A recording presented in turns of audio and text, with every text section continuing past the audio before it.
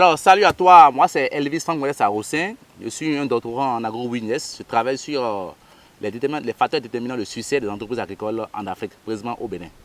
Mais avant ça, je suis ingénieur, j'ai fait un master en économie rurale et gestion des innovations agricoles. Ce qui m'a permis de m'expérimenter dans l'agriculture hors sol. Je suis un expert en agriculture depuis 2010 au Bénin, où j'ai commencé par former les gens en agriculture hors sol. Je fais le coaching, je fais le suivi des plantations, je produis même des substrats de coco. Je vends mes substrats de coco et j'arrive à régler les problèmes de croissance ou d'évolution des plantes dans des fermes. Alors donc ce soir, je t'invite à notre formation. Désormais, nous sommes formateurs sur Sekucha.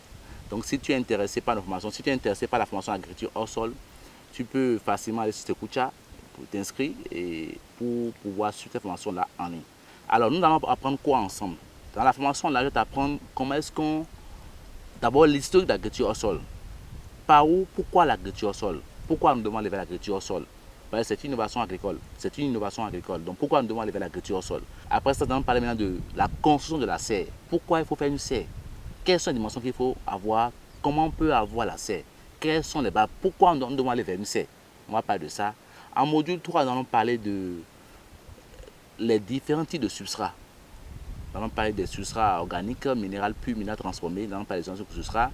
En module 4, nous allons parler maintenant de comment fabriquer un substrat. Notamment, nous allons prendre le cas concret de substrat de coco. Comment est-ce qu'on produit, comment est-ce qu'on obtient le substrat de coco. En module 5, nous allons parler de l'itinéraire technique. C'est-à-dire, 1.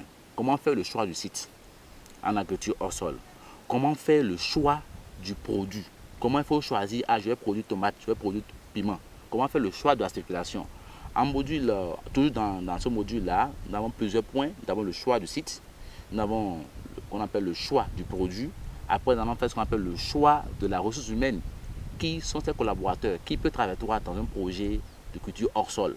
Après ça, nous allons parler maintenant du choix de l'aménagement du site. Comment est-ce qu'il faut aménager le site? Comment est-ce qu'il faut répartir? Quelle superficie pour quel pied pour quelle superficie? Par exemple, 40 pieds, il faut 100 pieds. Et 300 mètres carrés, il faut 1000 pieds. Et 400 mètres carrés, il faut 1350 pieds. Et 500 mètres carrés, il faut 1700 pieds. Donc, on va parler de tout ça là. Et au point 5, nous allons parler de la pépinière. Comment est-ce qu'il faut faire le choix de la pépinière? Alors, donc, chers amis, si tu es intéressé à la formation, c'est tout ce Sekucha, tu vas t'inscrire et tu vas apprendre ces modules-là. Nous parlerons aussi également de la fertilisation. Comment fertiliser la plante en agriculture hors sol, que ce soit en pépinière ou bien en plantation. Nous allons aussi parler de l'irrigation. Comment irriguer la plante en pépinière ou en plantation en agriculture hors sol. C'est-à-dire comment donner l'eau à la plante. Nous parlerons également aussi de comment faire l'entretien de la plante, que ce soit en pépinière ou en plantation en agriculture hors sol. Et tout ceci se fera et je crois que c'est disponible pour toi. Tu as droit encore à des supports et tu pourras facilement essayer de faire la formation. Donc, inscris-toi à la formation et tu vas voir que c'est quelque chose de très beau. Merci.